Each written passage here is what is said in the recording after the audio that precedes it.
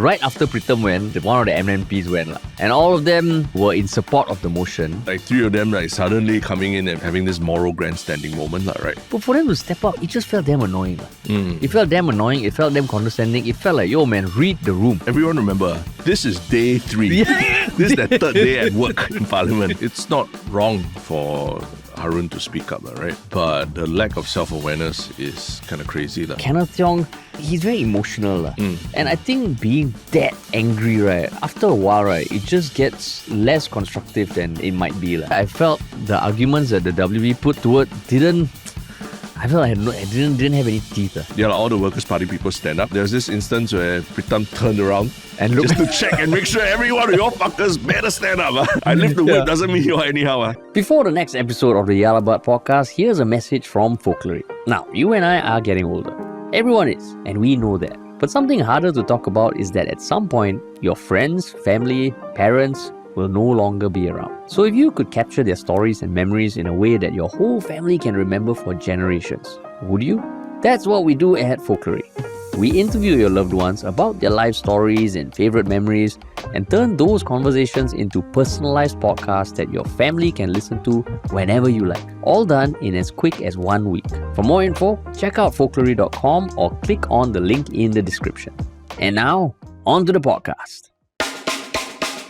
What's up, everybody? Welcome to another episode of 𝗪𝗲, your thrice weekly podcast where we talk about the hottest news with a touch of what, Terence? Good old humor. Good old humor, man. Yeah. Today is a special episode. Special dispatch. Special dispatch recorded somewhat in the middle of a week, but recorded as quickly as we could after the big news. Yeah. Well, we just felt like we couldn't miss out, right? I think what happened in Parliament yesterday was it's one of those rare occasions, right? Not like your regular Parliament. Yeah, that had a build-up. That had a tease, that had a build-up, that suspense. There's 4.5 years in the making. And it is the motion that was filed in Parliament to say that Pritam Singh is unsuited to continue as leader of the opposition. Which was filed by leader of the House, Indranee Raja. Yeah. But for those who were wondering, like, actually we thought this would happen on like Monday or Tuesday already, right? For it to happen like so late on Wednesday. And like the last item The exact last item, it was such an anti-climax in some ways. I mean, you could argue maybe it was the climax of climaxes. True. It made Parliament actually worth like waiting for. It's like Monday, Tuesday, kena blue balled. Then Wednesday all the way till the end. And then after that, like go. And go home. But you watched the full thing, the whole thing. And what do you think of it? Like just as a it was riveting, man. Riveting. Better than Stranger Things season 5. The finale, If you ask me which one I at the end of it, no, actually, wouldn't say enjoyed it differently, but I found it like, of course, at certain points I watched double speed or triple speed. Yeah. But I replayed some parts and like it was 3.5 hour video, of course with a break in between. But riveting. Yeah. You? Yeah, it was riveting, and I think I was watching parts of it live. Admittedly, certain speeches were just too slow. I mean, like, I think Indranee's delivery was a little bit too slow, so I actually waited until everything finished, and I just sped it up. You had to speed it up. Mine 2.5 times, which is really fast for me. But the whole thing. Even after that, I was still watching like the highlights that they posted on YouTube and stuff like that. So I mean, like, of course we will dive into it, but by the end of it, right, what was the feeling you had? The feeling I had, I think I'm not surprised actually by what transpired at all. I think we had spoken about it where we outlined a few different strategies that Workers' Party could have. And this was one of them. So I'm not surprised by it. I am surprised by the choice of speakers though. And if anything, I think last night might have been the final nail in the coffin on the NMP system really. On both parts. On everything. Yeah. I feel like the NMP system, if anything, was on trial last night. That was the final nail in the coffin. Were you surprised that Pritam lifted the whip? Oh, the whip. Yeah. We talked about that also, right? So okay, maybe that one I was quite surprised because to me it was like, if anything, you want to like hunker down, stay in your bunker and make sure that everyone's in line. But in the same fashion that they've done before for very contentious topics that they want to show that they don't censor the speech of their members.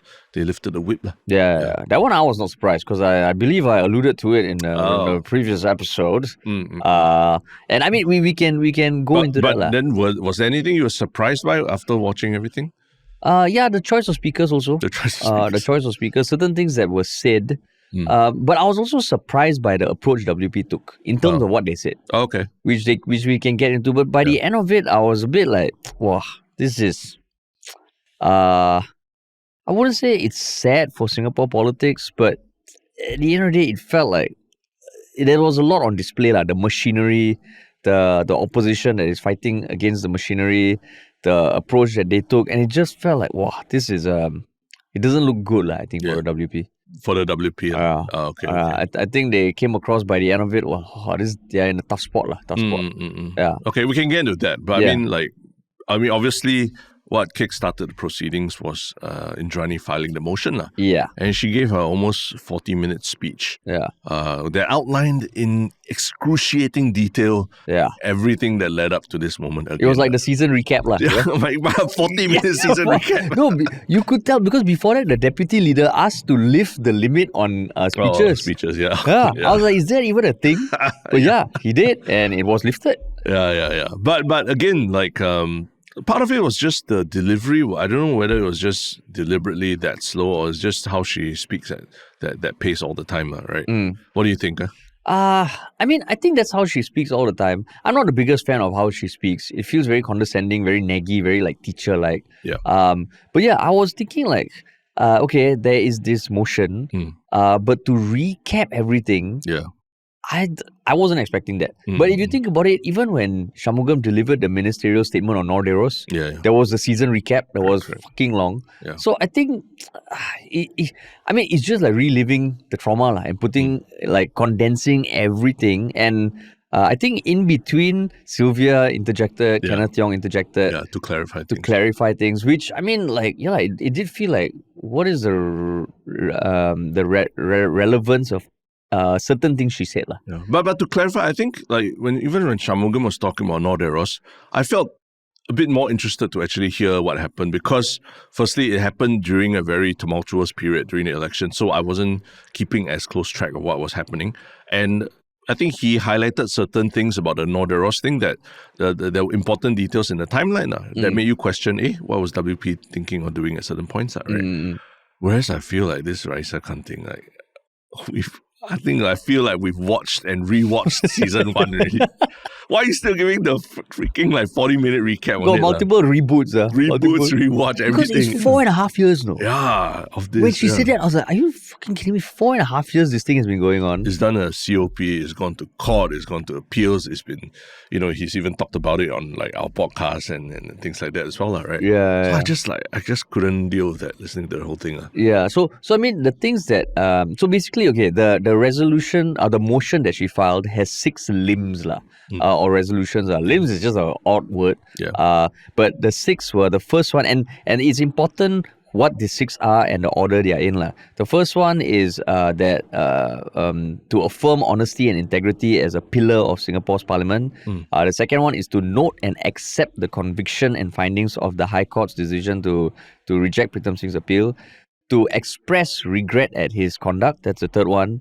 The fourth one is to state that he is unsuitable. Pritam Singh is unsuitable to continue as leader of the opposition.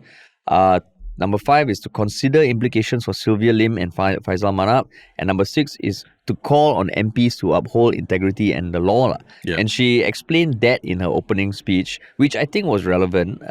But what I also realized, there's a lot of just expressing, noting, regretting. Yeah. And that is the point of the motion. Yeah. And I guess that is, going back to what Shanmugam said when we asked him about, POFMA and the Barbara Streisand effect, bringing more backlash and all. It feels like the standard operations for Parliament is like to just get things on record. Right? So that in future, people will look back and say, on 14 January 2026, they noted as the Parliament together that this conduct was unsuitable. And there's a lot of like putting it down in black and white, which I guess is part and parcel of a lawyer's job. Yeah. I think that's what lawyers always do, because precedents, that means how cases were judged or handled in the past, even if it's 100 years ago and all. They will bring it up. They can bring it up as, sort of like ammunition for them when they fight cases in court, right? So in the same way here, I think, it's very important that they lay down whatever it is they want to lay down, because ultimately, 100 years later, when, someone's doing SG 160 and then they're looking back at records of this, the only details they will get are from like mainstream media reports and 𝗪𝗲, right? Yeah. I don't think they're going to be trawling through our Twitter accounts or or listening to our podcast or Straits Times, like the two kids doing their videos and stuff like that, right? So yeah, essentially they really thinking the long game, as in anything that they want to write into in the history books now, they have to do it like over 40 minutes. This process. I mean, literally the Straits Times headline is Parliament deems Pritam Singh unsuitable to continue as leader of the opposition. And, unfortunately or fortunately also, 80 to 90% of a population will read this headline, and that's all they will know about what happened, what transpired in Parliament as well, right? Yeah. So I mean, like Indranee gave that context, but the other part of the 40 minutes were things that Sylvia Lim and Kenneth Yong interjected. I think one was when she was saying that Pritam Singh, he lied to the courts, he lied to the people, he lied to this one, and then Kenneth Yong interjected saying that, okay, that was not part of the court ruling, so can you please stick to the court ruling? And then Sylvia Lim interjected when Indranee was talking about the process of WP in terms of investigating the conduct of Pritam and kind of alluding that it's taking too long. And then Sylvia Lim came in and said this is irrelevant. So there was a bit of like the back and forth. The first signs of tension. Got testy. Got testy. And I mean, I was wondering also, but I thought this kind of speeches, you can't just interject. But if you are raising a point of concern that goes against the standing order, you can. You can. But it's funny because you see Indranee talking halfway, then you can see her eye line go, like someone stands up, then Sylvia comes into camera. And then like 𝘂𝗪 𝗵𝗵 also had his work cut out for him yesterday. He did. He had to, he reminded me of like, MMA, UFC judge like that. Having to keep getting in between people before they keep punching each other. Because they keep wanting to land illegal blows to each other, and he has to keep putting his body in there. Then he also gonna whack and everything, Yeah. But I mean, you mentioned about how Sylvia and Kenneth Yong interjected her, but she was always, she always had a reply for them, right? And I found it quite interesting that it was like really in the middle of her speech that they interjected. They didn't even like wait until the end. But so I didn't know that, basically people can cut off ministerial speech right in the middle also. But maybe it's a test to how testy the situation was. And then and that was the first sign of tension. Then after Indranee completed, I think Pritam gave his rebuttal, and he actually quoted like the Straits Times and all. But the interesting things he said is that while he accepted the court decision, he still stands by his belief that he does not agree with it. His conscience is clear. And he gave this mysterious question to 𝘂𝗪 𝗵𝗵, the Speaker of Parliament, asking for permission to show it to Parliament. Because what I understand that it was recorded under oath during a police investigation. It was used in the court case, but that to use it in any other arena, you need to get permission. And Pritam, I think it was inadmissible in the court, in court, I believe. But because it was part of a police statement, so to use it outside, he would have to seek permission of the public prosecutor, which they've rejected. They rejected. And then he asked 𝘂𝗪 𝗵𝗵 because his claim was that the parliament is the ultimate authority of the land. But then 𝘂𝗪 𝗵𝗵, you could tell 𝘂𝗪 𗵵𝗵 was like looking, he's like, shit, what do I do? Everyone was running up next to 𝘂𝗪 𝗵𝗵. How boss? Then 𝗪𝗵𝗪 also had to step in. 𝗪𝗪𝗪 stepped in, also trying to, clarify. But surprisingly, he just said that he didn't understand how how Parliament could overrule something that was basically the law, right? I mean, like that's you read between the lines, It's like, hey, Speaker, don't fucking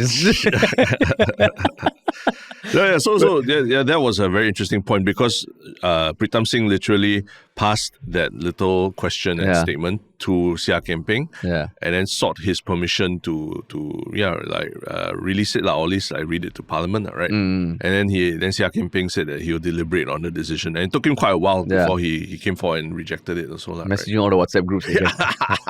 Gemini, Meta, Claude. Everybody pull out all your AI, everything. You got 𝗪𝗪𝗪𝗪 subscription. Come on, try yours. Yeah, that's right. You go pro. Mine already plus. But then in the end he didn't later on he said he cannot, he has to reject it Pritam delivered stuff, and that kickstarted kind of like the back and forth because I can't remember the exact order. Right after Pritam went, one of the MNPs went. One of the new NMPs. I think the first one was Senior Counsel Kwa Boon Teng. And then after that, at some point, was Mark Lee, the only returning NMP, and then Dr. 𝗂𝗂𝗍𝗵𝗂. And all of them were in support of the motion. But what do you make of their speeches, Terence? Just everyone remember, this is day 3. This is the third day at work in Parliament. Day 3. And then for them to come and then speak about the suitability of an MP, an elected MP in Parliament, all his suitability as the leader opposition. It's like, imagine in your company, the intern on his third day suddenly joins the performance review of the CEO. Why is the intern doing sitting here? Why does he even have a voice or anything to say? But that's 3 of them all gave speeches and I don't know that specifically why 3 of them chose to do so. But what were your thoughts about their speeches very for Kwa Boon Teng, she started it. She went on to talk about how as senior counsel she sits on certain, I think, disciplinary or ethical boards for the medical industry. I might get the details wrong, but basically portraying herself as an expert on ethics and discipline and offering her opinion and getting all naggy about how as humans we fail, but as leaders, as well. And then she urges Pritam Singh to step down. Already I feel like, whoa, man, okay, you want to give a speech, you want to say this, are you just on your first day, you really want to put a good impression for people you want to impress? Which felt very odd. And then Mark Lee came up his second time as NMP. He talked about his own thought process. I think he was talking about the 3 pillars that Trust. he talked about. And then the last part, he said, as you were sworn in, his son was in the gallery. And whatever they decide now is for the next generation. Again, he also supports the motion. And Dr. Neo just came he kena arrowed. Scratching his head. But it boggles my mind. He talked about being an engineer, and even then he had to, make a lot of ethical decisions in terms of hiring, firing people and things like that as well. Disciplinary boards as well. So for me, the motivation of each of them to speak up, of course, one can speculate that they were directed to speak up, but I don't want to go down there because they're independent, they're non-partisan. Exactly, correct. So we have to trust the system of NMPs, that they're all independent thinking, non-partisan. But for them to step up, it just felt damn annoying. It felt damn annoying. It felt damn condescending. It felt like, yo, man, read the room. This thing has been going on for 4.5 years. One of them can argue that, okay, they've been in Parliament before. The other 2 are new. It just felt like, why? I think the thing for me, just trying to understand, okay, let's take everything at face value, right? They are NMPs. They're independent, non-partisan. So what would motivate them to want to speak up about this, right? And I think the NMP Kwa, given her background as a lawyer and everything, maybe she has sat on a lot of boards, disciplinary boards, and understands that process and all. But to me, it's, we talk about legal precedent and things like that, right? The point is, if you're debating about suitability of the Pritam Singh as leader opposition, there has never been a precedent for that, right? No one knows what the process is. It was decided by Lee Hsien Loong. He gave it to Pritam. Nobody has ever seen how it operated before, right? Maybe in the Westminster Parliament, but not in Singapore, right? Not in Singapore's system. So, for her to, as a lawyer, to come out so strongly and, take take her cue from the medical or the law space and then apply it to Parliament on her third day as an NMP in Parliament. Yeah, I felt that it was a bit presumptuous, right? Because if you're a lawyer, then you understand that what you want to look at is precedents and see what has been done before, right? So it's just I was just like, wow, such a tangent to take, right? Talking. Then she went on about law and medicine and all that, and the Hippocratic Oath and all these things, which completely felt irrelevant to the discussion. And then the other two also, Mark and Dr. Neo. Yeah, also I don't know I actually found it harder to actually understand why they would want to speak so strongly about it. And all I can speculate is that maybe they feel so strongly about the institution of Parliament that they feel like they have to make a bang in their first session, right? Because don't forget, the NMP role is a constitutionally defined role as part of Parliament. Leader opposition is not. So in some sense, you could say that the MPs and NMPs are defending the Constitution and the sanctity of the Constitution when they talk about a non-constitutional role like leader of opposition. So in that sense, if that's the argument for why these NMPs felt so strongly about speaking up, then that's all I could muster. But it's their third day. I bet they don't even know where all the restrooms in Parliament are. It just feels like... And I mean, okay, you want to talk about the NMP system, it's supposed to be non-partisan. In some way, the voices of different industries, the voices that might not be covered in Parliament. In this case, they are already saying something that majority of the House would likely vote for. So then it felt like if, it was all going one direction and even regardless of first day, second day, they had a thought that they feel represents a certain demographic that is not having a voice. You speak up, then one I can understand. This one is you're just echoing exactly what Indranee just said and what probably majority of the House is going to vote for. So why you give your opinion? And this to me is a waste of time in Parliament. Right, the point is you want to discuss, you want to bring up points that can take the discussion further. And this one I felt added no value at all, apart from just getting them their name in the press. I think like Chris Rock said, just because you can do it, should you do it, right? You could drive with your feet if you want to, but that don't make it a good idea, right? So, I mean, that's the thing. You, as an NMP, yes, you are free to speak up about it, Parliament, all that. But I think the lack of self-awareness was just through the roof. And this off the back of everything we were speaking about with what happened in GE 2025 with the two NMPs stepping down and impartiality being questioned. And off Dr. 𝗪𝗲, your namesake in Parliament, who didn't speak, but, we've been talking a lot about him literally donning a PAP shirt. A picture of him wearing a PAP shirt, and then he got sworn into Parliament. And then now, three of them suddenly coming in and becoming having this moral grandstanding moment, right? Talking about the suitability of an elected MP, someone who was elected by the people and as opposed to anointed by a select group within Parliament, right? For them to come out and talk about with that kind of moralistic tone, I just felt it was just a lack of self-awareness. But I mean, speaking of lack of self-awareness, when you think about NMPs, the three of them, you may have been thinking, if you listen to these people speak, you're like, okay, that's the worst that the NMP system is going to come out. But a certain somebody decided to say, guys, hold my coffee. Hold my teh tarik. I mean, because another thing that really stood out, and this is even, I don't think it added much to the conversation also, was Dr. Shahid Harun's 15-minute speech about integrity in English, and then after maybe 10 minutes in Malay.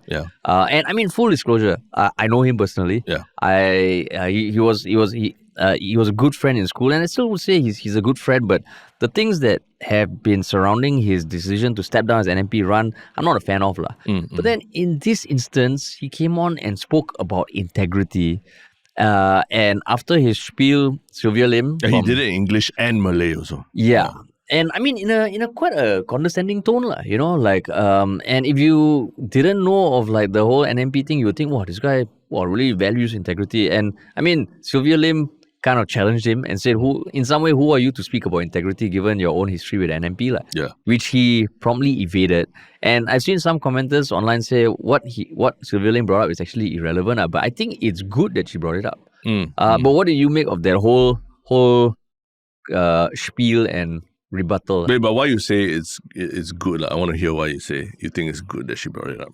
Because, I mean, this one, again, is not relevant to the motion, I agree. But I feel that whole thing about him stepping down as an NMP and running for the PAP like immediately after has never been confronted or dissected or spoken about in Parliament. You have had news article talk about it. You have had podcasts like ours talk about it, but it just felt like it didn't matter in the official house. And I feel this is the first time it's brought up. Of course, it didn't yield anything about what people actually feel, but I felt, okay lah, this is the first time. I don't think it'll come up again. Yeah. But I was happy that it was brought up lah. Yeah. Yeah. Because the whole thing just slipped under the radar. And to me, that it questions the whole system. It brings the whole system into question. It questions the integrity of the system. But that one, all no issue. Yeah. Right, but that's the thing lah. Like, it's not wrong for Harun to speak up, right? But the lack of self-awareness is kind of crazy, right? And yes, I also agree that what Sylvia brought up about him was not particularly relevant to integrity per se, like talking about integrity. I think the bigger question of what Harun's actions in GE 2025 brought up is it wasn't really respecting the spirit of the institution, right? The NMP institution. It did not respect the spirit of it, right? Yes, of course, again, yes, you can do it. It's not illegal, but should you do it, right? Like, nothing he did was technically illegal or wrong or anything, but it just left a very bad taste in everyone's mouth. And it's just obvious. It's like, I mean, that kind of situation where a guy or girl you've been seeing for a while, one day suddenly says, hey, sorry, I really think it's not working out. I need some me time. I need some me time. It's not you, it's me, it's entirely me. Really, there's nothing you can do about it. It's just like that. And then you all break up. And then next week later, you see on Instagram, they got attached already to someone new. They're like, what the fuck? And then what's the first question that comes to your mind? It's like, were you already? Yeah, were you already like dating or, thinking of someone else while you were officially together with me? And if that's the case, like, when did it begin, right? So that's the questions that came up with Harun stepping down as NMP and then suddenly running the elections. And it makes people question, the idea of like, they will question your integrity. Of course, there's no evidence because nobody can read your mind and tell exactly at what moment you went from impartial to partial, right? Yeah. But the action itself just breeds those questions. And I think Sylvia asking about, integrity, I think it's not as relevant, but really about it just feels very disrespectful to the institution of NMPs, something that's enshrined in our constitution to sort of meddle with the system like that, right? And I think that's the bigger thing that, like you say, rightly say, has not been called out outright in Parliament. And Sylvia Lim did it yesterday, to devastating effect, I would say. Yeah, you could see the impact on Harun. He had nothing to say. Then he just went into some ramble, which I still don't understand. Essentially he said, Speaker, like you say, is not relevant, and whatever about this matter is on public record. As Mr. Let it say. But he hasn't said anything publicly about it. He has. He has stated his claim that he was non-partisan. He did what he did until he felt like he's not partisan, and he quit and he moved on, right? Yeah. But essentially that's the. I think it was maybe something that I think Sylvia was also very forceful about it, even when Seah Kian Peng stopped her or told her it's not relevant. And if you want to, you can raise a separate motion. And she's like, that's not my intention. It's just a response to his lecture on integrity. Mic drop. At that moment, they went to the white shot. I was trying to look for the faces of the MPs, right? Like, because, I think a lot of them try to keep poker face so that they don't reveal anything that the media could pick on. Was there anyone that you could see whose face revealed wow, this is exciting to watch? No, could you? I think I saw this look of wonder on 𝗕𝗶𝗀 𝗬𝗂𝗍𝗏's face. He had this he was like waiting for the response from Harun like that. Whereas everyone else in the PAP, very good, poker face, nothing at all. But 𝗬𝗬𝗍𝗏's face, I saw a hint of that. Yeah. It was testy. But like what you said earlier, I think that whole exchange kind of just makes you think about the NMP. That's right, yeah. And maybe the number one requirement is no self-awareness. During the interview, they'll ask questions about, this guy or girl really no self-awareness. I think will be a good NMP. But good NMP. You would argue that this lack of self-awareness, some people say it's a benefit, right? That you just keep speak it what's real. on your mind. You keep it real and you speak what's on your mind. And anyway, they don't answer to people. They answer to their industries or whatever they're representing, right? Or they're just supposed to represent the interests of people in those industries. And that's such a nebulous thing. And that's the whole problem with the NMP thing. That everything about it is really so nebulous. And, you want to, on the surface, you want to support what it stands for and all. But in instances when, like, what happened with Harun and then what happened with Dr. Hdř, and then now watching 3 NMPs on the third day of work suddenly stand up and then, like, give lectures on integrity and everything. Third day of work. Yeah, it's just like, you're like, what? Where are these people coming from? And what is their intention of being here? Yeah, it's crazy. Third day of work. But, I mean, now they have their viral clips. They have their articles. But that's it, right? That's it about Harun, right? Yeah. I think Kelvin Ching, he's been on tear recently. A lot of people have been reading his takes and, find them quite interesting because they're not fully supportive of one or the other side, right? He did say that it is juvenile to actually think that politicians cannot switch sides like that, because that happens in the UK Parliament or even the US, like Democrats, Republicans, it happens all the time. What do you think of that? I mean, I don't disagree with that. But I think the sequence of events, like the analogy you gave, right? People can fall in and out of love and all. Yeah. And you can fall in and out of partisanship. But the speed at which he moved on, that one just comes into question.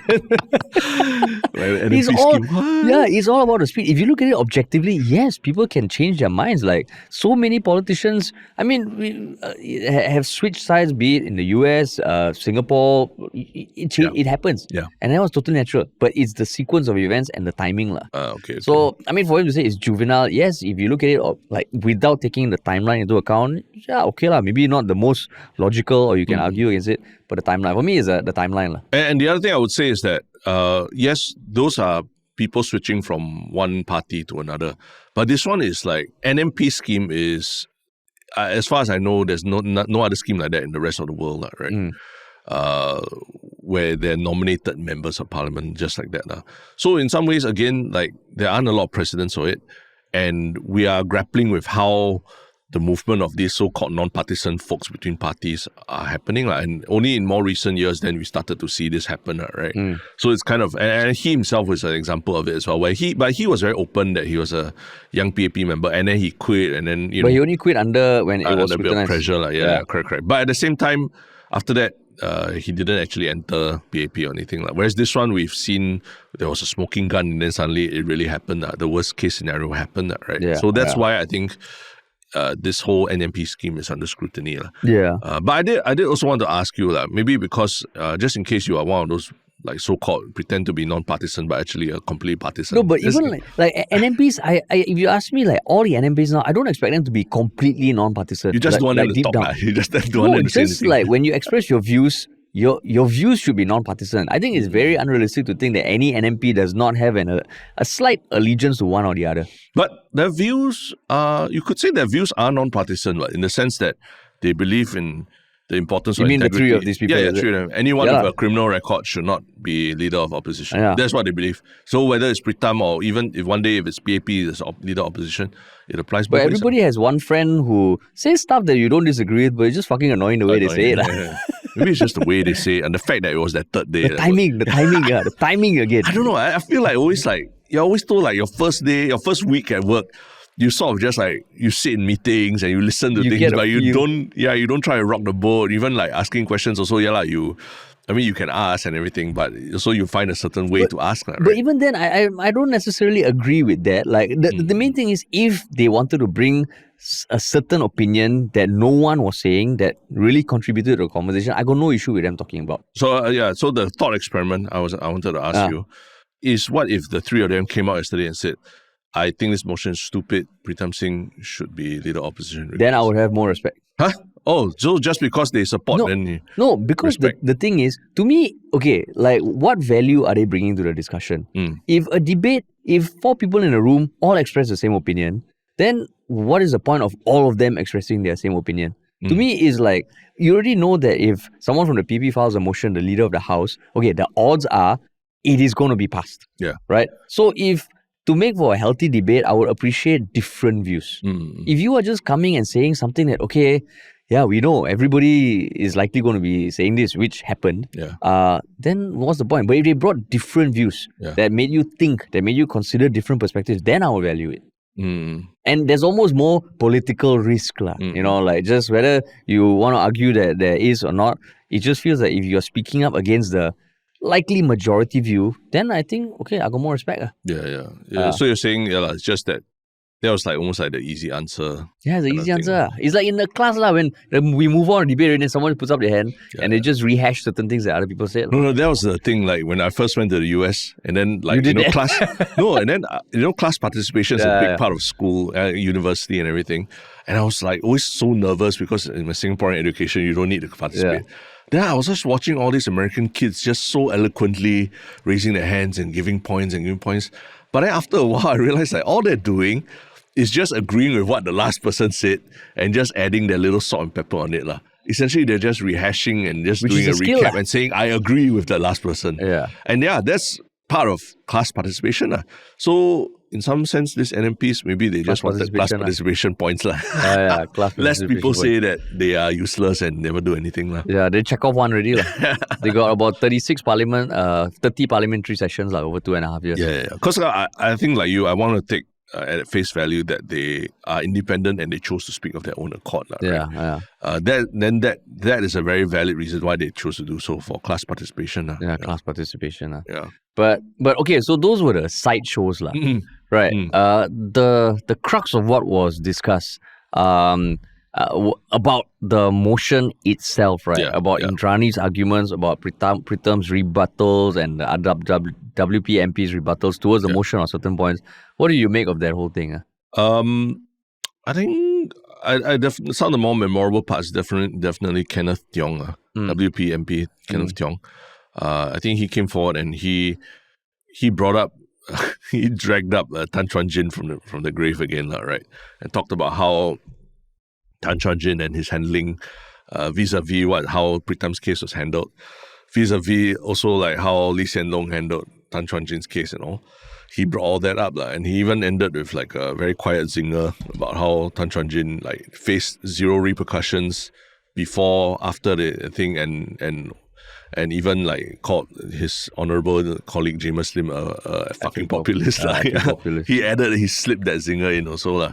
So in some way, I mean, I kind of expected at some point somebody would bring up Tan Chuan Jin, right? And it seems like Kenneth Tiong he's the guy. He's like our laptop MP, right? Who is in charge of bringing up a lot of these zingers. But I thought the way he brought it up was a wasted opportunity.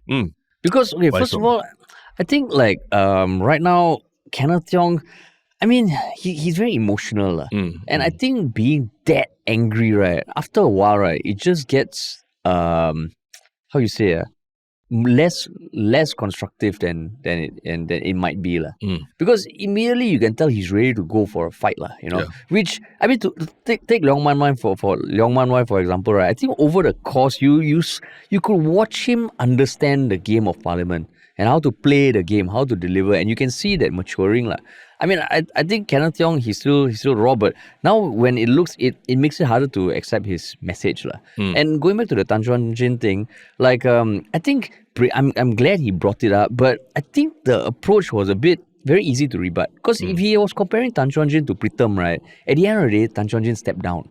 Like what I would have loved if he asked is, okay, both Tan Chuan Jin and 𝗪𝗏 𝗪𝗏, they are junior compared to the senior leadership, right? They both did something, they both stepped down. But why is it that there was no inquisition on PM Lee, when he was PM Lee at the time, about keeping the thing secret for 2 years? He did. He did talk about that. But it was just one statement and it was clear. Right. But if you wanted to compare like for like, you compare Tan Chuan Jin to Pritam, it's very easy to rebut. Tan Chuan Jin stepped down, which is what Indranee said.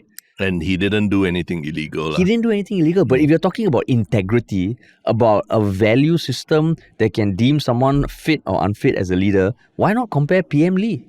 Yeah, but he did he did. But he not did directly enough. He did not directly name PM Lee, but he talked about the lack of any kind of inquisition into what Tan Chuan Jin did. Yeah, exactly. Inquisition into what Tan Chuan Jin did. But he already stepped down. So that one is almost like, if Pritam just came off the bat and said he's going to step down after his hearing, this motion wouldn't have happened. Yeah. So that was where I felt like, fuck, it was a wasted opportunity. PM Lee was sitting right there. And I think you can respectfully bring it up, but he didn't. But maybe it could be a political calculation as well, right? Like trying to pull in another someone who's tangentially involved in this debate. Yeah. As opposed to, try to attack based on the facts, right? If you try to pull in PM Lee or that, you're pulling in a very formidable opponent into the discussion also. Yeah, true. Someone who has support of a lot of people as well. Yeah. Versus you focus your arguments against Indranee, who, as you mentioned, the way she speaks, surprisingly, very condescending. Yeah. I think one thing, I'm not trying to mansplain a better way of talking, right? Because I think Indranee is a super powerful, super accomplished person, right? But I just want to compare like for like when I hear 𝗪𝗪𝗻 speak, even though sometimes you feel like, what is his point or everything, 𝗪𝗪𝗻 always manages to keep his poker face when he's giving when he's very serious about things or he's talking about very serious topics. But when I watch Indranee speak, watching on camera, there are points where she's almost breaking to a smile. Like she knows she had a drop the mic moment. She got a gotcha. She almost there's a smile playing on the edge of her lips. And it's not just once, twice, it's quite often. Almost every time she delivers something about the Workers' Party or that, there's this smile playing on the lips. And then it looks almost gleeful to the people watching. And that's where it comes across as is this about the sanctity of the position of the sanctity of Parliament and the integrity of the leader or opposition, or is it just about whacking Workers' Party, right? Yeah. So that's where I felt I think, not just her delivery, but also the fact that there was also, part of the motion also sort of pulled in Sylvia Lim and Faizal Madam, who is not even in Parliament anymore. Yeah. Then it feels this is really trying to corner Workers' Party, right? So that's why I feel her delivery actually didn't do her favors, just like you say for Kenneth Tiong. Yeah. But that's where, going back to her delivery, one thing she does which is very, very naggy and teacher-like is kind of, let me explain to you the sequence, right? You traumatized, right? No, it's just walao, if I was in Parliament, I'm so that's where, again, going back to the Tan Chuan Jin thing, because I really felt it was a wasted opportunity. Maybe even phrasing it okay, can you help me understand what is different about the instance where, PM Lee knew this untruth, but it was not dealt with as formidably as Pritam Singh. Help me understand. And then let her explain, because I want to hear the explanation. And I feel when the moment he compared Tan Chuan Jin to Pritam, all she had to say was, Tan Chuan Jin stepped down. Yeah. Then cannot say anything already. Yeah. Then even when Pritam brought up Tharman's conviction, right? Yeah. I think Indranee's rebuttal was that Tharman was convicted of a negligence crime. Yeah, which is very different from lying. Dishonesty. It's not dishonesty. Yeah. But at the same time, it was negligence for leaking intelligence, right? A crime's a crime, right? Yeah. Whether or not you drunk drive, whether or not they were dishonest about it, but if you were caught drunk driving, that's a crime, right? Yeah. And would that make you unsuitable to be leader of opposition? It's a crime. So then again, maybe the question, can you help me understand how the value system of Parliament has changed since then till now? Yeah. Why was that not called into question as whether he's becoming or unbecoming to be a member of Parliament? And Pritam brought it up. He has alluded to it a few times in the past, but again, it's something that is just brushed off. And then to Indranee's credit, you can see the lawyer in her working. Yeah. And that's where I felt the arguments that the WB put toward didn't have any teeth. Yeah. But the way that you are saying that maybe Indranee should have phrased the questions or what, right, of her argument. You mean Indranee or Kenneth Tiong? Indranee. The way you said that she might, ask questions of what. Oh no, I'm saying that's what the WP should have asked. Because actually I think that's very much what Pritam Singh always does, right? Yeah, in fact, there's one point he just said, you made a point about leader opposition, going on trips or doing a lot of things. Saying, guys, can I ask how many times that has actually happened? Yeah. I'm sure he's got the freaking answer in his head, and probably it's Zero, zero, right? So he asked it so that to make her have to say, exactly. And so Pritam is very good at that. Pritam's very good at it. But when you say good and all, but don't you think maybe it's literally just Indranee's strategy to minimize the amount of time, the amount of airtime that any of the Workers' Party people had? And if she does that line of questioning... but I'm saying the line of questioning comes from WP. Oh. So for WP okay, to so say... you want Kenneth Tiong to do more of that. Like the Pritam approach. But you said, Indranee, let me explain to you the condescending thing. In response to a question. Yeah. So Indranee was doing it, I think, when Kenneth Tiong was saying that, the courts did not say this, so please do not say it. And then she said, let me explain to you the logic. So since she likes explaining things, then you use that against her. You ask her questions to explain things, which is what Pritam does very well. But I wish that for the thing about Tan Chuan Jin and even the Tharman case, because there hasn't been enough explanation, I feel, about that whole thing. And I felt it was a missed opportunity. And to compare Tan Chuan Jin to Pritam is very easy to rebut. But I do feel that there's also certain calculations in what they choose to bring up. Like they know if they drudge up the Tan Chuan Jin thing again, is it necessarily... Then Leon Pereira. Is that necessarily something they want to reopen? Do they want to draw Lee Hsien Loong into this debate? Because you think about it, who was the team against them, mostly against them yesterday? It was basically Indranee, Tin Pei Ling, Harun, and 3 NMPs, right? You can't say that's not the A team of the PAP, right? Where's all the 3G and all they set aside. It's like the Olympic team, got one senior player. Yeah. Then the... Some FA Cup team. Carabao Cup. That's a Carabao Cup. Yeah, correct. So do they want to draw these big wigs into the debate? I think that's the big thing. And also, even when you talk about if PM Wong is brought into the conversation also, I think that also changes the whole dynamic. Because again, remember this leader opposition thing is not in the constitution. It was appointed by the PM. So the PM, so now PM Wong is the only one with the power to say, I'm going to take it away, right? And if he gets drawn into the conversation, then this whole idea of impartiality and all that just even gets he won't be drawn. It'll be his predecessor. Correct. But if it gets too rowdy and suddenly everything comes up, then you never know. So I say it because the WP felt like they were getting cornered. And at the end of the day, I can't I know we talked about it in the previous episode where you said okay, now they have a room to be more strategic about it because the PAP is playing their card first, right? They have the 3-month thing. But they are in a tough spot, man. But in some ways, it's... there was a quite interesting moment, right? Where that at the end of every motion and all, then Speaker Xia asks everyone, all in favor say aye, and then those who are not say no. And then because there were obviously the Workers' Party people saying no, he asked those who say no to stand up. And he lifted the whip, Pritam asked. Pritam lifted the whip. No, this is at the end of everything in the motion. So all the Workers' Party people stand up. That was Pritam's request to Shiok Comment. Oh, for them to say, okay, so that you can see. You stand up, and then you saw there's this instance where Pritam turned around and just to check and make sure every one of your fuckers better stand up. I lift the whip doesn't mean you're anyhow. But the fact that he checked, I was like, okay, then just that moment of slight hesitation from Pritam Singh. I thought that was quite interesting. But then so on that note, right, I think Andre Loh, Gerald Giam, I think Kenneth Tiong all vocally rejected the limbs 2, 3, 4, 5. They agree with 1 and 6. And I think for all of them to oppose the motion means that they fundamentally disagree with at least 1 or 2 of the limbs. When you look at those resolutions and all, let's say if you were in WP, how would you react to those limbs?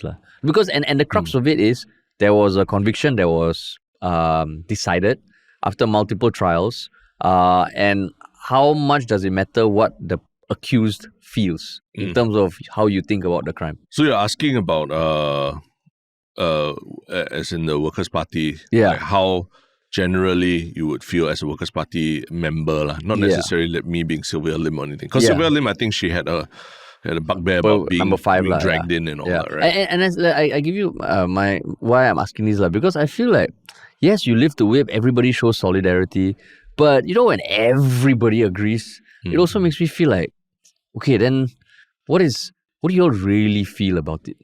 And if, like, I also feel this whole thing is really David versus Goliath, machinery versus opposition. But at the end of the day, the conviction went one way, and regardless of what people feel, I mean, how are we supposed to react to that? That's what I was thinking. As a WP member now, it's hard, because you want to show solidarity. Yeah. But at the same time, like, not to say you have to agree with every one of the limbs. Correct. But even number 2, note and accept the conviction and findings. To go against it, I don't know, man. I don't know how to deal with it. But if you're, let's say the scenario, close family member of yours, does something wrong or stupid, goes to jail, do you stop inviting him for Chinese New Year parties and all that? Or your Or maybe the question is like, do I still think that he is innocent or guilty? I mean, he's guilty. He's as guilty charged. as charged. But if you... And it could have been a mistake. It could have been, a moment of folly or whatever. But he just went and he did his time. That's a good point. Do you still want him around your young kids and all these kind of things and all? Do you have any issues with him being around your family because, there were integrity issues and things like that? Would you? I mean, if I mean, that's a good analogy. Like, if I really believe him over the court findings, I would say, I still treat you the same. And you also maybe believe in his capacity for change or improvement, right? And you want to make sure that, if anything, he has a second chance. You give him a second chance, and you also make sure it's a safe space for him to sort of regroup and find himself, right? So, I mean, in some ways, if I was part of the cadre and everything at Workers' Party. Cadre.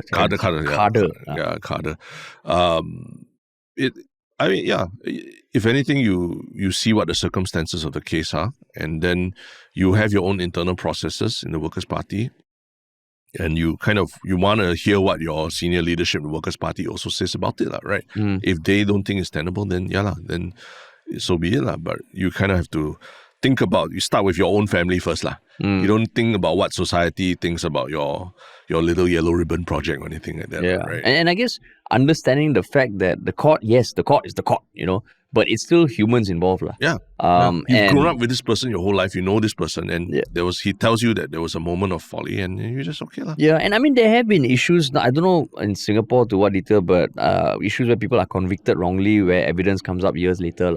But it just also makes me think like, oh shit, there were multiple times that, they could have built a case to vindicate Pritam, but I don't know, then it makes me think like, was that their own strategy for not calling Sylvia Lim and Faisal Van up to the witness stand something that should have been done? I don't know. I think everything is a political calculation. Because one defense that Sylvia Lim had is that, how can I be implicated by the court conviction when I wasn't even in court to defend myself? Right? And then Indranee gave the context of how the COP's findings concur with the court findings. So it's just, confirming what was suspected, blah, blah.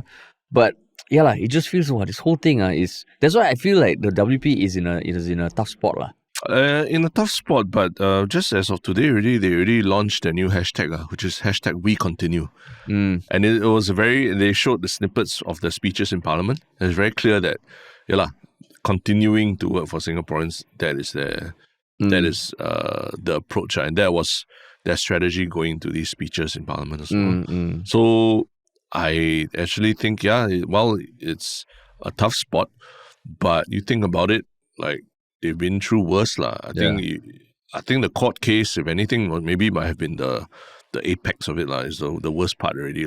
So we were there the first day of court, and we saw Pritam and his team literally in the middle of during a break in the court session. They pack up and then they walk to Parliament and continue with business. And then come back. So if they can do that even in the worst of times, this is par for the course, man. So I guess maybe at the end of the day, the impact on the voter base, is going to be insignificant. Which I think it is. If anything, it galvanizes the people who already support Workers' Party. But again, like I said, there's going to be a lot of people who don't follow these things that closely, and they're just going to look at the headlines and, Pritam Singh is unsuitable as leader of opposition. Without understanding a bit more nuances about it. But for the people who support WP, they would feel that this is an even stronger evidence that everything is against them. It's a witch hunter. Yeah, it's a witch hunt, which will galvanize them further also. Yeah. So that's why at the end of the day, like, what is the whole benefit of this motion? Yes, the integrity and values of Parliament should be upheld, but it feels like it's getting it down on black and white that this is what Parliament felt at this point in time, and like what you said, set the precedence. Yeah. I'm going to look in not say a crystal ball, I'm going to put a tinfoil hat a little bit, right? And what if there is a scenario where even Lawrence Wong is PM, this is not particularly something that he wants to do, right? Because literally he just gave... What he wants to do? What do you... Strip Pritam Singh as leader of opposition. Because he just gave that during the election, and he gave a speech about working together as a good opposition and blah, blah, blah and everything. And people, dark skies ahead. People want our government to work together, right? But this kind of like... definitely, it's not about... This shows a parliament that's not really working together, and if anything, it shows a bit of like tension and contempt for each other, right? What if our new PM is not actually supportive of this, and this motion is almost like pressuring him towards having to make a decision about it, right? In that scenario, like if you were Lawrence Wong and all that, let's say you didn't want this, what do you think your next step would be, As in, you didn't want to have to strip the LO. Yeah, you don't think that it's a good idea. Optically doesn't look good. It just galvanizes the worker party base. What's the point of this? We can't move on without tackling everything else, talking about terrorists and all that. What do you think? Like, what options does he have now, basically? Yeah, I mean, like if you look at certain parts, when you talk about body language, there are certain parts where Lawrence Wong was a bit shifty. Oh, is it? His hands was like that, like that. So I mean, he's not in a easy position. I mean, let's say tinfoil hat. I don't know, because the leader of the opposition is not constitutional in Singapore. There's nothing that says it has to be the Secretary General of the party. Right. So one option is, okay, we maintain the position, but Pritam has to vacate it. Yeah. And that's for WP to decide. No interim no interim leader of opposition. Just have two parliament sittings. Two parliament sittings. After that, fucking whack. Interim, then after that got one like MMA fight for the undisputed leader of opposition. Undisputed. That's what they do in MMA a lot. They always, every time the champion can't fight, then they have an interim, which is like illegitimate champion. Yeah. No, but if you think about it, then he would come out and say, we still believe philosophically in the position of leader of the opposition. Yeah. Whether you want to make it part of the constitution, that's one thing, but you can make it clear that you want that position to be filled. But the House has passed a motion that deems Pritam Singh unsuitable. So it's on WP to decide who can fill that spot. Okay. So that's one option. That would almost be quite generous, right? It would be, That's very, on the scale of like generous and selfish, that's fucking generous really. Because technically he could also just say, this leader opposition is not working out. We gave it as thinking that he will bring honor to the opposition, but obviously it's shown that they're not backing down from their stance, so we'll just take it away entirely. And sorry. He give you one, I never give. Not my idea. So there's one option. There's an option. For you, what would be an option? No, there's those are the couple options, and then people are also speculating about how long he'll take to say something about it. Some say he has to do something within a week because this is as clear a mandate as it is, right? Some say he can wait until the Workers' Party disciplinary process finishes, which again I think is quite generous, right? But I think it does optically does put him in a bit of a tight spot now, right? Where basically Parliament is saying very clearly one thing, and he voted also in Parliament, right? Parliament saying one thing already. For him to not act quickly, people say, hey, why are you dragging your feet about this? Within his own party, they will say, hey, why are you dragging your feet about this? And then if he acts very fast, then people say, obviously this was politically motivated and nothing more, Yeah. So it's just tough one. Because some people were pulling up that even gov.sg, the portal, gov.sg, has been putting out ads about honesty and integrity to talk about what Indranee just spoke about. Some people screenshot and put on Reddit also. So if even the gov.sg platforms are doing, the executive branch is talking about what is going on in our legislative branch, you can tell that it's a very concerted effort, right? Yeah. And I mean, down, like the whole concerted effort thing is like points back to why I think the WP is in a very difficult spot. Because one thing Indranee alluded to is that now that it's on record that the WP feels this way, it's going to be ammo for the PAP in future. And I mean, part of like, I guess, a lawyer's work, like, you know, put it on black and white, and after that it can set precedents or be evidence to back up an argument in future. And she literally said that we will, if you feel this is what you feel about court's conviction, we will hold you to that in future. If this is what you feel about a minister's or MP's conduct, we will hold you to that in future. And that's where it feels like, wow, this is, yes, it's just another obstacle in WP's, like, you know, journey. But wow, it is it's tough, it's tough. But it was definitely a riveting watch. And people are going to be dissecting it for days. I think, what was the highlight? Was it the exchange between Harun and Sylvia Lim for you? I think that was the. That was the highlight. Because just watching his response, I was like, wow. It was like, a bit cathartic, Not to like be like experience Schadenfreude or something like that, but it's a question that I have been waiting for someone to ask. True. But I mean, at the end of the day, like, what do you think the next few days, next few weeks going to look like? Let's see. This is not the end of it. It's not. PM Wong has to make a move. It's now the ball's in PM Wong's court already. It's move, and now it's in PM Wong's court entirely. Already. And then there's going to be the outcome of the disciplinary panel for WP, which will probably take a couple of months. And then there is the next stage of Sylvia Lim and Faisal Manap versus Indranee. Right. It's just not going to end and that's where after a while it's like, wow, maybe they really should do fuck all this. Just do a by-election. You people tell us you want us in or not. And that was what Bertha was suggesting. That more than anything, that would have to. Essentially, it would be like how they call referendum on Brexit, right? And then lost. Say, you're not happy. Okay, then we just do this. Then after that, like, oh shit. But so there's always a political risk as well. They also need to read the ground as to how people are responding to this unsuitability thing. But then you think the LO position will be made constitutional? No. I don't think so. I think, that was something also that I realized, I think a diplomat, someone who works in diplomacy once told me, when sometimes you're very nice to your neighbors and all that, right? You invite them for events, you invite them to come for this conference, this air show and things like that. And part of the reason is that it gives you ammunition. In case they upset you or they do something like disrespectful to you, you can do it back to them by uninviting them from these events. So things like certain countries, they do things that are disrespectful to us. Oh, you're uninvited from our air show, you're uninvited from our this event, or uninvited from Singapore International this event. It's like the political equivalent of I unfollow you on Instagram. It's happened to us not too long ago. We were invited to a party. We gave all our details, everything, even sent our photos all. Then later, I think because we weren't covering it like how they wanted us to cover it as media.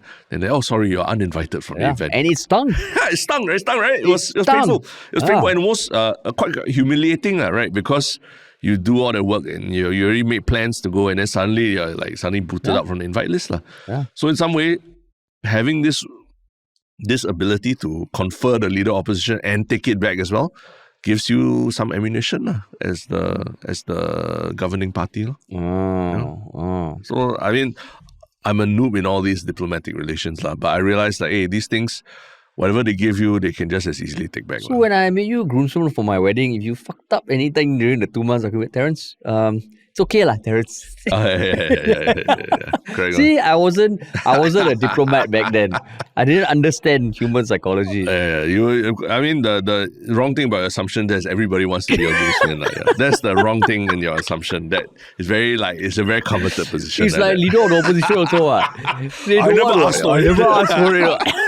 In fact, have to wake up earlier, have to help with this shit. Wear this tie and everything. That's true. Never asked for it. Wow. Okay, man. Wow. But, I mean, this is, the fight that's going on in Parliament. Harish and I just saw something shocking. Now, apparently, over 60% of viewers of this channel are not even officially subscribed. This has to be a mistake, right? We know you're out there because so many have come up to tell us how much the podcast means to them. So, how can we fix this? do us a big favor and hit that subscribe button. It would mean a lot to us, and it's awesome to know that the 𝗪𝗲𝗪 community is only getting stronger every day. Thanks for listening. But elsewhere on the grounds in Singapore, big battle also heating up between, I think, younger people and Karens, right? Where is this battle happening? At the Bayfront MRT underpass, which has long been a place where dancers gather because of the mirrors that line both sides of the underpass, And I mean, I think I went there a couple of months ago. It was lively, pumping. I was whatever the term is, it was happening, But then there was one or two videos that were posted on TikTok recently that called it Singapore's hidden TikTok dance studio. And as they're walking through, you can see people dancing, not just at the side, but also in the middle. Some people with even props like chairs and all. And after a while, most recently, is that they have frosted up the middle section of the mirrors. So you can still see the top and bottom. It still doesn't lose the overall effect, but as a dancer practicing, you kind of renders it useless. And then they put barricades in parts of it in the middle to cordon off the crowds going either direction. So, I mean, when you see this, Terence, how do you feel, man? I mean, the interesting thing about this topic is there's two groups. One group says this is why arts and culture cannot thrive in Singapore. And the other group is people say they're literally blocking a public thoroughfare, right? So it's very inconsiderate behavior for them to do that. But at the same time, I'm just wondering why actually, I hope someone can explain to me why is it that they need the mirrors in order for them to have a dance area, right? Because aren't there a lot of places like Scape and all where dancers can congregate and actually do a lot of their practice and dancing and all that? But I mean, got limited space there also. True. And the Scape, but it's always empty there. The Scape, right?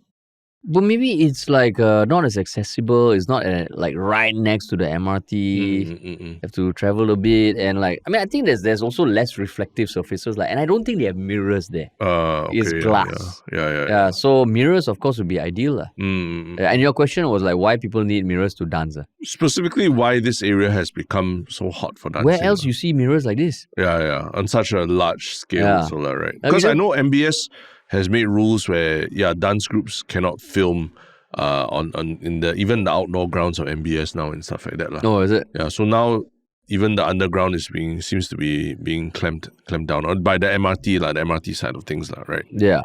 But I mean, last time they used to be at, I think below the Esplanade there was a basement. But I don't remember there being a lot of mirrors, but there were still people congregating. So I'm just wondering, is it really the mirrors that people are You there never for? rehearse for people's wedding dance or something? God, but not in front of mirror. Mirror, I mean, it helps, I'm not a dancer by any means. You love looking at yourself in the mirror. In fact, dancing in front of a mirror is I hate it. But, I mean, I can imagine because then you can see your movement. Yeah. So that's why I was just wondering, I mean, if they don't want you there, then just go to another place. You might not have mirrors, but it sounds like it's a big deal. I would imagine. I think I would imagine it's a big deal for dancers. So this is the perfect place for dancing. Yeah. Okay, but I know that you've complained about people blocking walkways outside your home. People fishing outside your house downstairs and everything. Fishing in places that are where you're not supposed to fish. Okay. So are these people supposed to dance here and is that a problem for you? I'm actually quite sad that the mirrors have been frosted up. Oh, really? Because, I mean, walking there, yes, it's crowded, but I don't know, it's lively. There's a bit of soul there. There's a bit of youthful energy there. The blocking, I mean, I think I was even walking with my kid and I thought, okay, you have to go around and all. I mean, this feels very drastic. There are certain, maybe you cordon off certain parts. You say, okay, here, no, but these are the areas where, you can just sit down. There are ways to word it, but this one feels 0 to 100. And it just feels then they put the barricades in the middle. Yeah.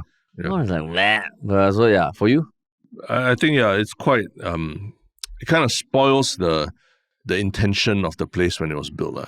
I believe the mirrors were there to also make the place feel really expansive and, just walk down freely. And I get that feeling at certain MRTs, like the newer on the brown line, the TEL line, right, where the stations are very wide out, very tall ceilings and all. And there's this sense of awe that I get from these stations that I don't get at the older MRT stations.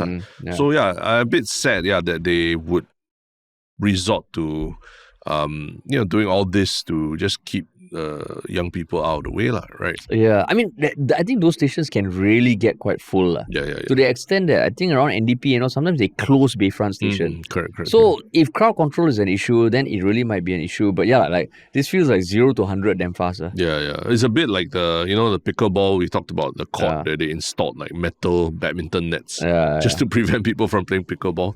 This feels like the MRT equivalent to it. MRT equivalent. Yeah, because I feel like there must be some way to incentivize certain behaviors, right? And maybe it's a matter of not seeing them as vagrants or rugrats that we need to get rid of, but seeing them as like part of one of the stakeholders in the community. They enjoy the space. And they're young people with a lot of energy. You rather them be like actively doing something than staring at the phones all the time, right? Yeah. And if like this place is attractive to them because of the way it's designed, then especially if they're young kids, right, we should have an outlet for them. Yeah, so we should. This one felt like, again, it's just if one Karen complains about it, then no fun for everyone already. All the kids have to move away. I feel bad for the people who posted the video also, because they didn't do it to shit on it. They were in fact highlighting it as like, hey, this is like a nice hotspot of culture. It's like, last time the 𝗪𝗏 Bridge, the people from our generation will understand the beauty of what was the 𝗪𝗏 Bridge when people would just gather there. It was very informal. Yeah. I mean, the silver lining here is I hope the planners, the architects take a cue from this, that spaces like this with mirrors will attract youth, will attract young people, and have more of those spaces, because like what you said, like if it's taking them away from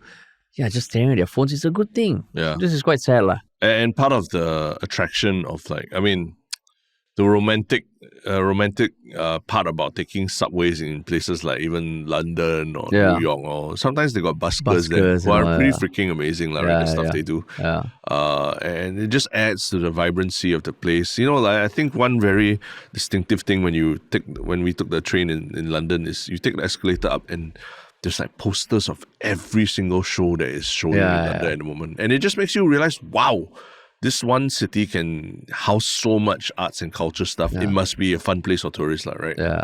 I mean, Singapore also got posters for Terrence, integrity, honesty, give up your bag, silent Susan, back down Benny. The vaping danger things. Doesn't it make you feel like Singapore is like, wow, they're vibrant? No, that's the thing. Like, we pride ourselves on being very tourist friendly, or that. We need to allow places to also have a bit of personality. That's true. Yeah. And I think it's a concerted effort, and maybe there needs to be SMRT needs to work with URA or STB, whoever, to try and make it such that they treat these people who want to use that space as stakeholders also, rather than look at them as like pests, delinquents and all. Yeah. But I ask you, what if it's like, do you think like there could be any danger posed by these people dancing there? I mean, some of the dancers, their legs swinging and all, you got young kids walking and all, but then I feel like, we have to find a way to be open to that sort of stuff. No, but how about what if there's a terrorist attack and then there's emergency and then they're blocking exits and stuff like that? I mean, that same thing could be said about malls, or like, when Swatch drops their new watch and all, there's crowds and all that form regardless. Yeah. They just feel that then that becomes a thing that we need to be wary of, but we shouldn't curb human behavior like this, I feel. Yeah, correct. That's true. Yeah. And I think the article also talked about Scape being overcrowded and being expensive to rent those rooms and mirrors. So, we're just running out of like third spaces for kids to hang out. And in some ways, I see this as like, it's something, I mean, they're getting exercise. They are filming themselves, but they're not like focused on their phones, right? And if is a little bit of inconvenience to commuters, then actually I think it should be for the staff and all of SMRT to to manage it carefully. Yeah. So that's why, the jurisdiction of the station comes under SMRT, right? SMRT. Yeah. Yeah, I mean, don't know, sad. I wonder how the dancers and all are dealing with this. I think they'll always just be able to find another place. But it's just quite frustrating that every time it's always like, it just takes one complaint from one, one Karen or what to cause a very knee-jerk overreaction, right? Yeah. Yeah. It's Singapore feels like you find a space just and know that it's limited time. Yeah. Don't publicize it on social media. That's the main thing. The moment you put it on social media, then everyone starts to share on it and it's over already. Yeah. Yeah. But Oh, actually, as far back as September 2024, people were already complaining about dancers in the MRT. Oh. Okay. Oh well. Crazy. Oh well. So, very interesting episode today, but let's talk about what's your one Shiok comment. My one Shiok comment was literally not too long ago on the 𝗵𝗶 𝗪𝗏 refutes trace together fiasco. So our most recent one by 𝗪cie𝗂𝗵𝗏 on YouTube. Terrence is getting funnier. 𝗪ici's eyes still startle me even though I've been watching 𝗪𝗏 for a good year. I mean, it's not the most complimentary of me, but it made me chuckle. Wait, where is this comment? On YouTube. On YouTube. Oh, yeah. Also, because I don't know by what metric you are measuring Terrence's humor. I don't recall laughing very much at your jokes. Or more over time. Because you're not even listening. That's the thing. You're just caught in your own mind. You're looking at a mirror and just thinking about how do I be funny? True, it's your glass. How do I be edgy? How do I sound edgy? Let me ask edgy questions. Let me be contrarian for the sake of it. And my eyes still startle them, even though they've been watching it for a good year. What do I do during the podcast that makes people startled? I'm just looking normally. I told you a lot of times before, your eyebrows when you furrow is very scary. Unsettles guests also. Literally, it's not even just me. I think people have told you before, right? Like, the way you're staring, is there something wrong, 𝗪𝗏? Face. Is there something wrong, 𝗪𝗏? It's my thinking face. If I'm doing that to you, just know that I am really, disapproving. No, I am absorbing everything that you're saying. Judging. And it's going into my head and processing.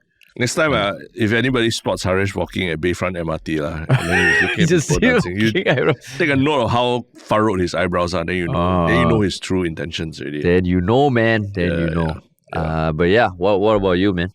I think, on our last episode, it's on Reddit, Jungle Jimbo, we talked about the Singaporean Warner's Brothers should have protected the IP by registering the IP trademark for all categories, right? And then he actually pulled up that actually recently the 𝘙𝗪𝗏 footballer 𝘀𝗶𝗵 has registered his trademark across many product lines in the UK, right?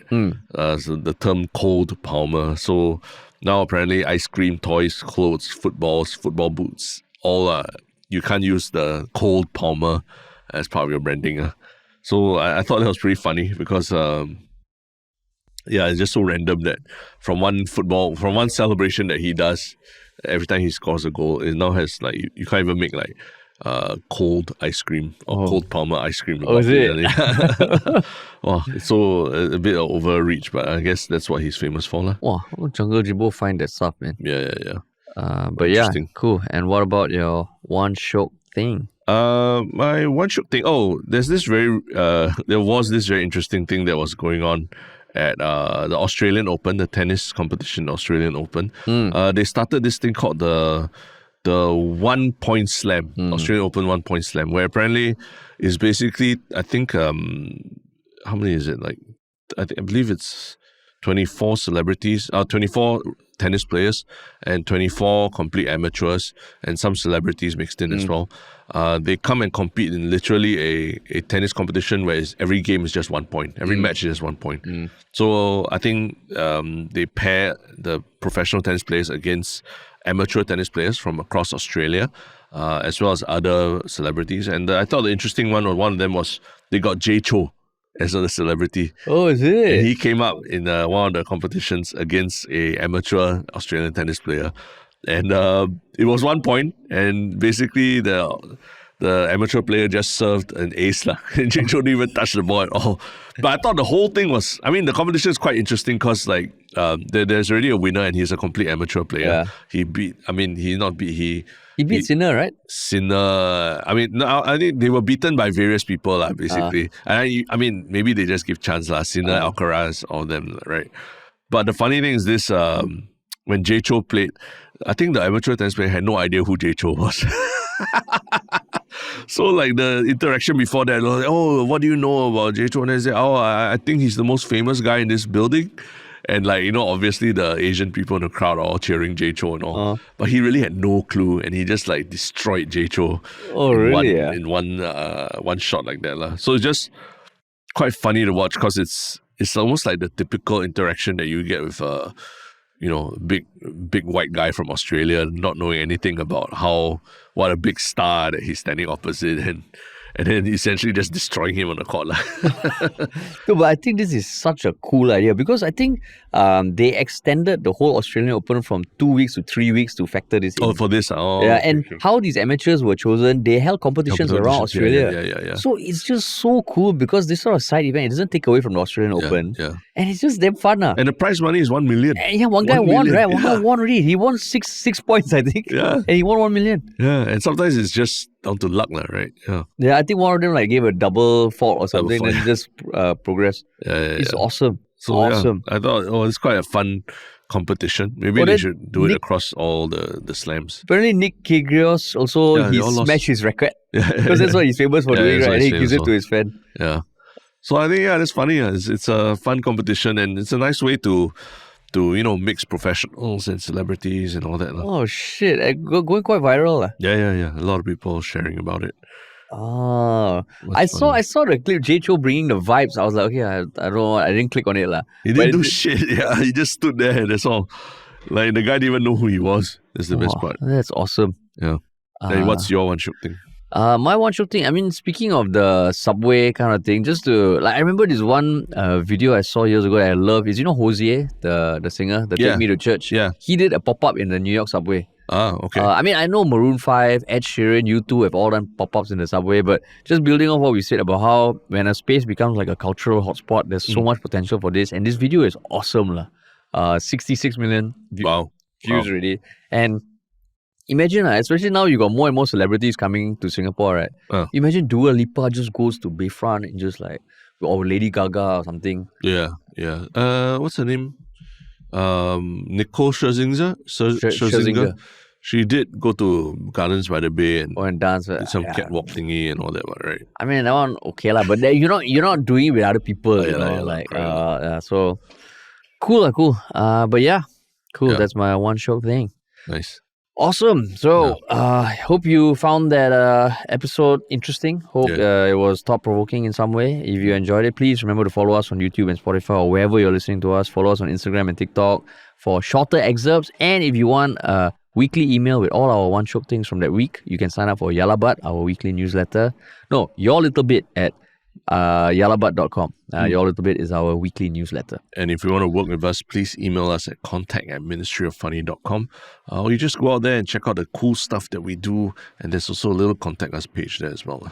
Sweet. Thanks for listening, everyone. And we'll talk to you all soon.